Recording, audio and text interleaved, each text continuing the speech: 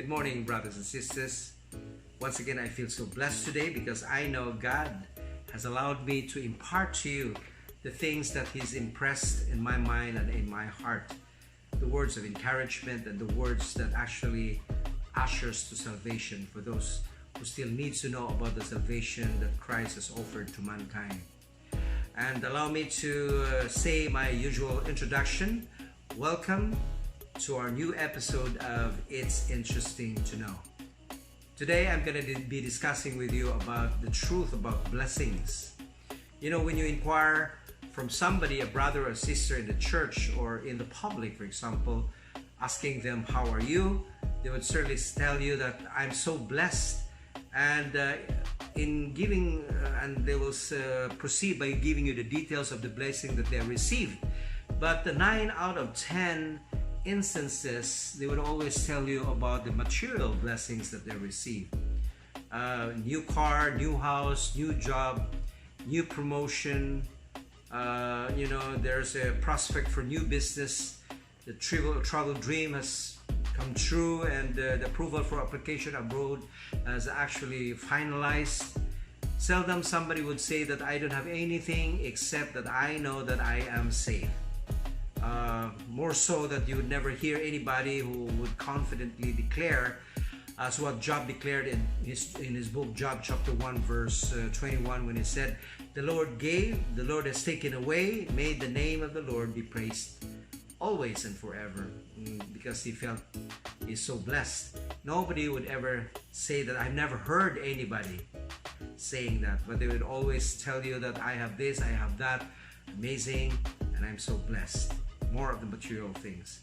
You know, blessing is a biblical word.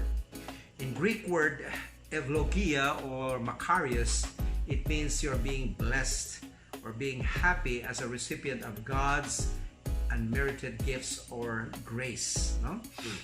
Abraham had 2 sons who became the progeny of the 2 major faith systems in the world. These 2 sons had 2 different blessings that they received from God. No? The first son, Ishmael, who was the son of Hagar, the servant of Sarah, experienced even an expulsion from the household of Abraham, as instructed by God himself, saying that let go of Ishmael and his mother, because it is not possible that the son of a servant shall inherit the covenant which God has decided to give to Isaac and to his descendants to come after him. And God followed up by statements saying that it is through Isaac that this covenant will be reckoned, not through Ishmael. In Genesis chapter 17 verse 19. Now, it sounds very much here as if he rejected all the way Ishmael, but he's already decided to embrace Isaac as somebody whom he is going to bless. No? Now, then when Ishmael and his mother went to the desert because they were evicted from the household of his father because of thirst and hunger, Ishmael was about to die. You know, his mother, who could not really take it, the difficulty that his son was suffering, she has to distance herself away in order for her not to see her son to die. But angel Gabriel, there was an angel that showed up, Gabriel, and he said to her, don't worry, get up and keep up your strength again, because since Ishmael is from the loin of Abraham, God is also going to bless him, and he is going to make him a big nation. That was declared in Genesis chapter 17 verse 20. Now what is the confusion here? It appeared in the beginning that he was even evicted from the household of his father, and now God is blessing him. No? And what is this difference of the blessing that he received from the blessing that Isaac is going to receive from God? You know, the difference between this blessing is that Isaac received a spiritual covenant from Yahweh, the God of Israel. Whereas Ishmael did not receive a covenant, but he just received a promise that he would be a great nation. Huh? More of a material blessing than a spiritual blessing. Notice more of the regions where the descendants of Ishmael are actually located. Are they not full of oil? A very luxurious source of wealth for which the world could not almost move forward without it.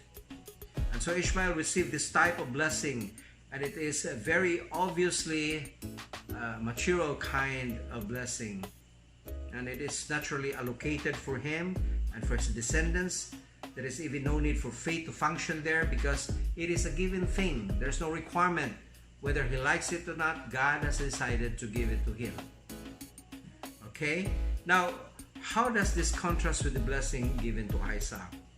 If you remember, God has actually picked out Abraham from the land of Ur. It is the land where, as we know nowadays, is Iraq or something. A very prosperous nation at the time. And then God gave him a series of promises after he left the area. And God has started to say, I will bless you. I will make you a father of many nations, and constructed to the blessing to give to Ishmael, that he said is going to make him a big nation. Here, he's going to make him a father of many nations. And after Abraham, of course, his descendants to be.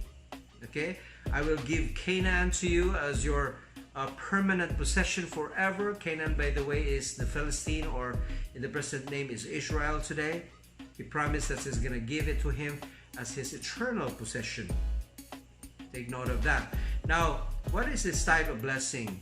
With the enormity, the variety of promises, it almost sounds like vague. And if you could ask people who are listening to this video that I'm having now, they will probably make a mistake of picking up the blessing of Ishmael other than the blessing of Isaac, because this is not so specific here. But that one is a given thing. You have oil, you have wealth.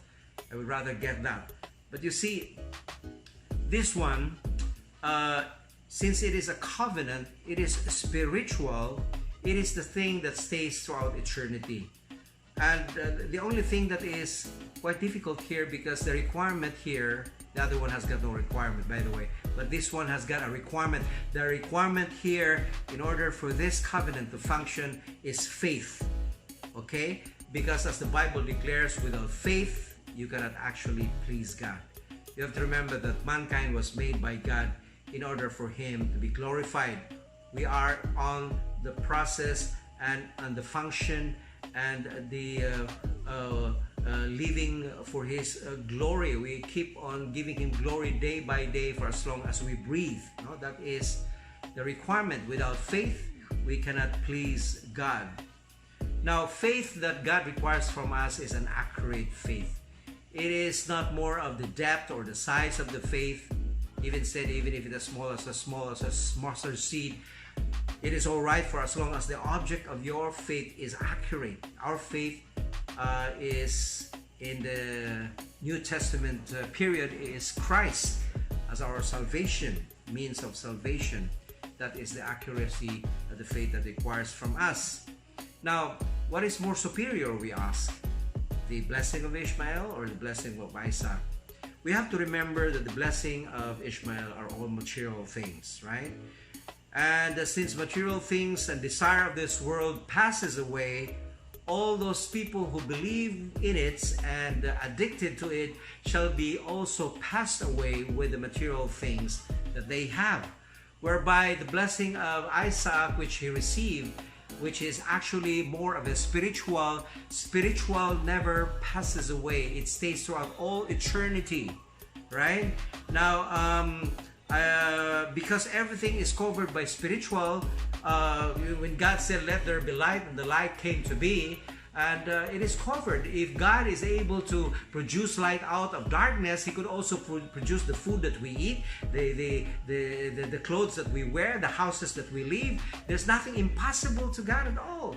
So it means that we don't need to be really rich or, and just pass away. We can live a natural and, not extravagant life, but for as long as we live and enjoy this temporary blessings that God has given to us on earth, and that would be fine to us, right? So, as you have asked what is the superior, the material blessing or the spiritual blessing, I need you to understand that the spiritual blessing is more superior because it is lasting. It stays throughout all eternity. It is everlasting. Now, I want to encourage my brothers and sisters in the church, all the Christians throughout all the world, that we have to actually refocus our perspective here. so that when somebody would ask you anywhere in the church or maybe in the streets or in the malls or something, how are you? And when you are ready to respond, I am all right because I'm so blessed. And the narration of the blessing that you are going to say, basically, I'm blessed because I have everything that I need in order for me to be able to live a godly life. I am blessed because I have everything that I need because God has loved me, and He is not going to forsake me nor forget me nor leave me alone, but He's going to bless me on everything that I may require. I am so blessed because I am assured of my salvation, that when my time here on earth will pass, I will stay with God throughout all eternity in the heavenly abode. I am blessed because I receive heaven and I receive salvation, and there's nothing else that I want except God with me continuously until the end. Remember Psalms 23 by David, Lord is my shepherd, I shall not be in want. He makes me lie down in green pastures and led me to quiet waters. You see, that's an amazing prayer. He doesn't need anything else except for the blessing and the presence of the Lord in his life. So brothers and sisters, we start saying now, as we change our perspective about blessings, we are blessed because God has lavished His love unto us by calling us His children, and we're going to be with Him throughout all eternity. Whoever is blessed with this message here, I'd like to share this with other people in your social media platform, and also please don't forget to subscribe my channel. And at this time I shall say good night or good day, by the way, because it's a daylight over here, and God bless you all.